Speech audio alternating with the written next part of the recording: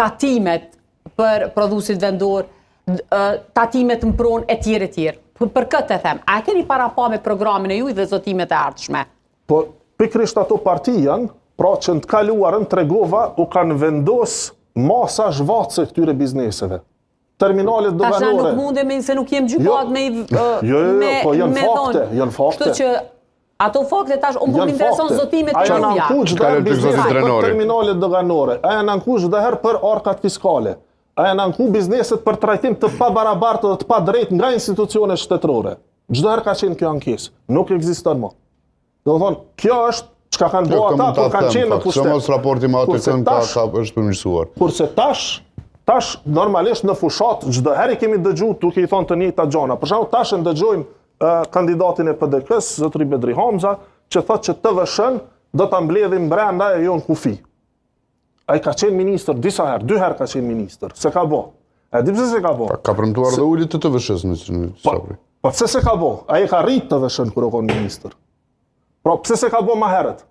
Do të thonë, na kur unë kam qenë komision për buxhet, ai ka qenë antar në legislaturën paraprake kur kam qenë deputet, në një situatë kur kemi pas diskutim se ka me i gjithë paret për një qëllim caktum, përgjigja e tij ka qenë muj me bë TVSH-n si venet e rajonit, 20%. Do të thonë, në diskutime dhe biseda jashtë fushatës tregon që do të me urrit tatimet. Por, veç ta përfundoj çështjen e TVSH-s, sepse ka premtu diçka që është e parealizueshme. E arsyeja pse është e parealizueshme e vërtetoi fakti që se ka bërë më herët. Fillimisht mbledhja e TVSH-s në brendi, sipas Bedri Hamzës, do të bëhet tek kur të shitet produkti. Kjo do të shkaktonte evazion fiskal enorm. Sepse secili që importon produkte, thjesht nuk i deklaron në administratë tatimore që e ka shit deri në fund të vitit, edhe kësaj s'ia pagun shtetit. E vetmja mënyrë pastaj çish me identifiku këta që i ikin tatimit është me caktu ka një inspektor për secilin biznes. Kjo është absurde. Këto mundet me thonë veç dikush që se merr vesh kush funksionon TVSH-ja, ose dikush që don me manipulu haptazi qëllimshëm. Për parakusht për me u bë TVSH-ja, me u mbledh mrena fillimisht duhet fatura elektronike. Gjatë cilën ne kemi fillu punën tashmë për sistemin e faturës elektronike. Fatura elektronike e mundson qarkun e mbyllur, ku obligimi TVSH-s gjatë tërë kohës në mënyrë digjitale dihet se ku është. Edhe bartja e TVSH-s nga një biznes tek tjetri kur shitet malli.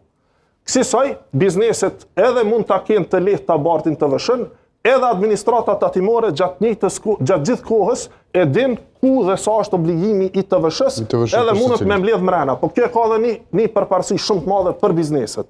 Fatura elektronike do ta mundsoj që bizneset, pra kur e fusin mallin në dogan kufi, mos me pagu aty TVSH-n, por me pagu me datën 20 të muajit vijus. Ngjaj shumë qysh e kanë bizneset për TVSH-n e brendshme.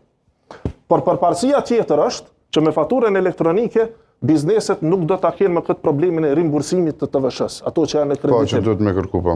Sepse tash çka ndodh është që për shembull ka biznese që janë të ndershme edhe kanë TVSH-n kredit sepse eksportojnë, dhe momentin kur kërkojnë rimbursim, ATK-ja u shkon kontroll.